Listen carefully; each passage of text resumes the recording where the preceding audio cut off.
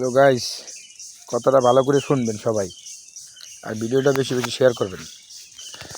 10টা হুন্ডা 20টা গুন্ডা পাম্প ঠান্ডা, যদি পাম্পে তেল না দেয় কোনো রকমের চালাকি করে হুমানে ইট পাইট তেল মারা শুরু করে দেবেন। কারণ দেখছেন না, দিনাজপুরে পাম্পে তেল দেয় না, তেল আসে কিন্তু তেল দেয় না, যাই হুমানে ভাঙা শুরু করে দিছে, ভাঙ্গিয়া পাম্পটা একদম ছাদে উড়ে দিছে। এরকম ব্যবস্থা আপনারা 2-4টা ভাঙেন, দেখবেন ওরা ফাজলামি করতেছে তেল নিয়ে। তেল ছাড়া কি গাড়ি চালান যায়? এভাবে করেন 2-4টা পাম্প, 210টা, দেখবেন অটোমেটিক ঠান্ডা হয়ে গেছে গা। হয় তেল দিবি, নাই পাম্প বন্ধ করবি, নাহলে একবার ডাইরেক্ট সিলতেলা। সরকারি লোকেরা যাইয়া এরকম করে, পাম্পের থেকে তেল নিয়ে 200 টাকা লিটার বেচে বাজারে। আমরা কিনতে গেলে কয় 200 টাকা লিটার, 180 টাকা লিটার। এভাবে কি গাড়ি চালান যায়? 200 টাকা লিটার কয়জনে কিনতে পারবো?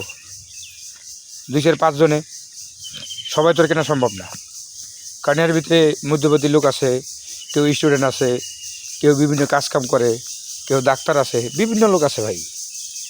সবাই আশা করি ভিডিওটা বেশি বেশি শেয়ার করবেন, আর কথাগুলো সবাই মন দিয়ে শুনবেন যে কি বলছি আসলে। 200 এরকম করেন, দেখবেন এমনি ঠিক হয়ে যাবো গা। কথাগুলো ভালো লাগলে অবশ্যই শেয়ার করবেন।